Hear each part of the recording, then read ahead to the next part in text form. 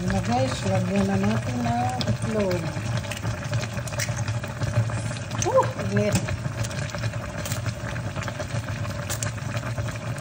Init ng sinaw.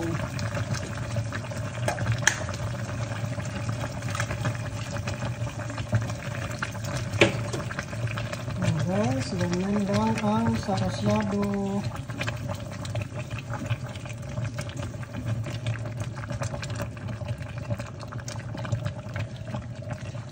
Ang ating isda guys, ayan o.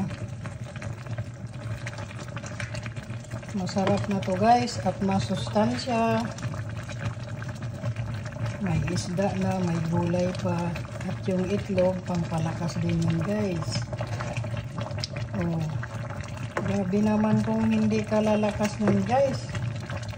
Puro pampalakas na yan. Ayan na guys.